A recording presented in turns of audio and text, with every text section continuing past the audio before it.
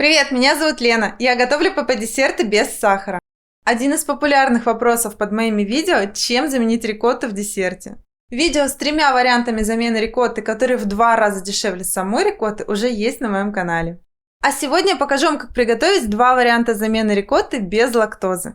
В конце видео я проведу подробное сравнение этих кремов по вкусу, калорийности, цене, простоте приготовления и другим характеристикам. Для первого варианта нам понадобится 360 грамм сыра тофу. Это должен быть вот такой достаточно твердый сыр, не шелковый и мягкий тофу. Такой вариант проще всего найти в магазинах. Допустимо небольшое количество жидкости в сыре, она нам здесь не помешает. Добавляем 70 грамм кокосового молока и тщательно измельчаем с помощью блендера до гладкости. Можно использовать и другую жидкость, или, например, сироп, если сразу хотите получить сладкий крем. Но именно кокосовое молоко отлично дополняет вкус сыра тофу, смягчает его и делает более сливочным. Стараемся избавиться от всех возможных комочков, это недолгий процесс. Вот такая приятная консистенция получается у этого крема. Он очень гладкий и мягкий, вкус у него нейтральный, слегка сливочный, немного солоноватый. Достаточно универсальный вариант, который можно как и рикотту использовать и для сладких, и для соленых блюд. Консистенция в данном варианте максимально близка к рикотте, то есть прекрасно подходит как база под крема в прослойку торта и на покрытие.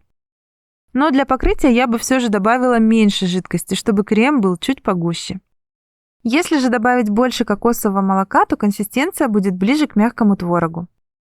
По составу белков, жиров и углеводов он очень близок к средней рикотте.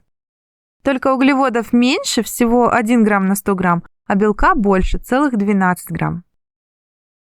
Для второго варианта замены рикотты нам понадобится 300 грамм орехов кешью.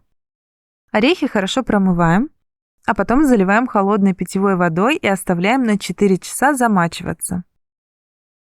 Когда кешью хорошо разбухли, сливаем с них воду. В замоченном виде здесь уже 400 грамм орехов. Перекладываем их в блендер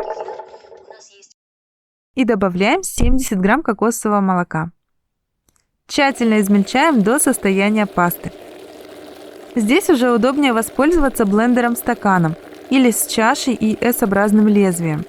Для погружного блендера здесь слишком много работы. Я в своем блендере на начальном этапе помогаю толкателем. Чтобы блендер хорошо справился с задачей, нужно, чтобы он был заполнен как минимум на 2/3 своего объема. Или посмотрите оптимальное наполнение в инструкции к своему блендеру. Если наполнение недостаточное, часто придется соскребать со стенок лопаткой. Измельчаем крем до нужной степени гладкости. Этот крем получается похожей консистенции, достаточно гладкий и мягкий. По вкусу он более сладкий и ореховый, очень вкусный. Если добавить в него немного сладости, лимонного сока и соли, то получится невероятно вкусный кешью крем, который прекрасно смотрится в прослойке тортов и сочетается с любой начинкой и шоколадным вкусом. Но я не рекомендую использовать этот крем в качестве покрытия торта или шапочек для капкейков, так как он имеет свойство заветриваться со временем. Этот вариант рикотты существенно более калорийен, в основном за счет высокого содержания жиров. Вот такие прекрасные варианты замены рикотты без лактозы у нас получились. Оба крема по-своему вкусные, достаточно хорошо держат форму. Крем на основе тофу получается более матовым, а на основе кешью более гладким и шелковистым. Оба варианта обладают легким сливочным вкусом, но первый более нейтральный, а второй более сладкий. Оба содержат немалое количество белка, по 12 грамм на 100 грамм. Но крем на тофу при этом низкокалорийный и низкоуглеводный, а крем на кешью имеет высокую калорийность и высокое содержание жиров. Также можно отметить, что первый крем готовится проще, и с ним справится любой блендер. Еще один его плюс – более низкая цена. Я поставила крема в холодильник на несколько часов в незакрытом виде.